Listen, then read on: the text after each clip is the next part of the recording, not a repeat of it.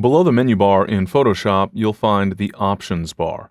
The Options bar is context sensitive, which means the controls you find here depend upon which tool you're currently using. In other words, the Options bar is the location where you'll adjust the various options for the tool that's currently in use. As I switch between some of the tools, for example, we'll see a clear indication of the differences and the context of what's found on the Options bar. For example, with the Crop tool, we'll obviously see options where we can adjust the size of our cropping, we can straighten the image, and we can even choose whether we want to delete pixels or hide them when we crop. For the Brush tool, you'll find a variety of options related to the behavior of the brush. For example, we can change the shape or size of the brush. We can also change the blend mode, which affects how the brush strokes that we paint interact with the rest of the image. We can also adjust, for example, the opacity of our brush stroke.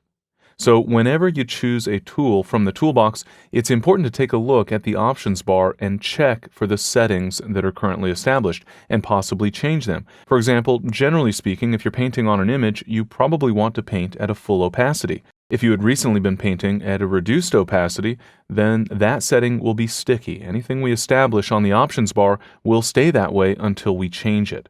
And so painting at a reduced opacity, and then you later switch back to the Brush tool, you'll start painting and not necessarily get the behavior you're expecting.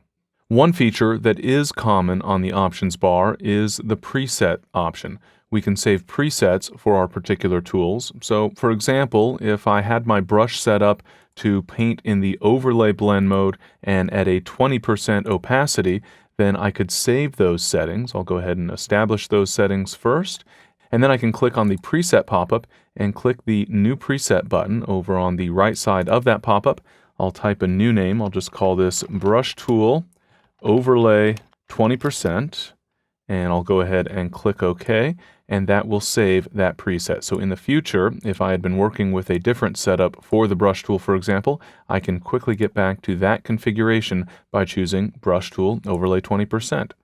As you get more familiar with all of the tools that are available to you in Photoshop, you'll no doubt want to take advantage of a wide variety of different options that are available on the Options bar.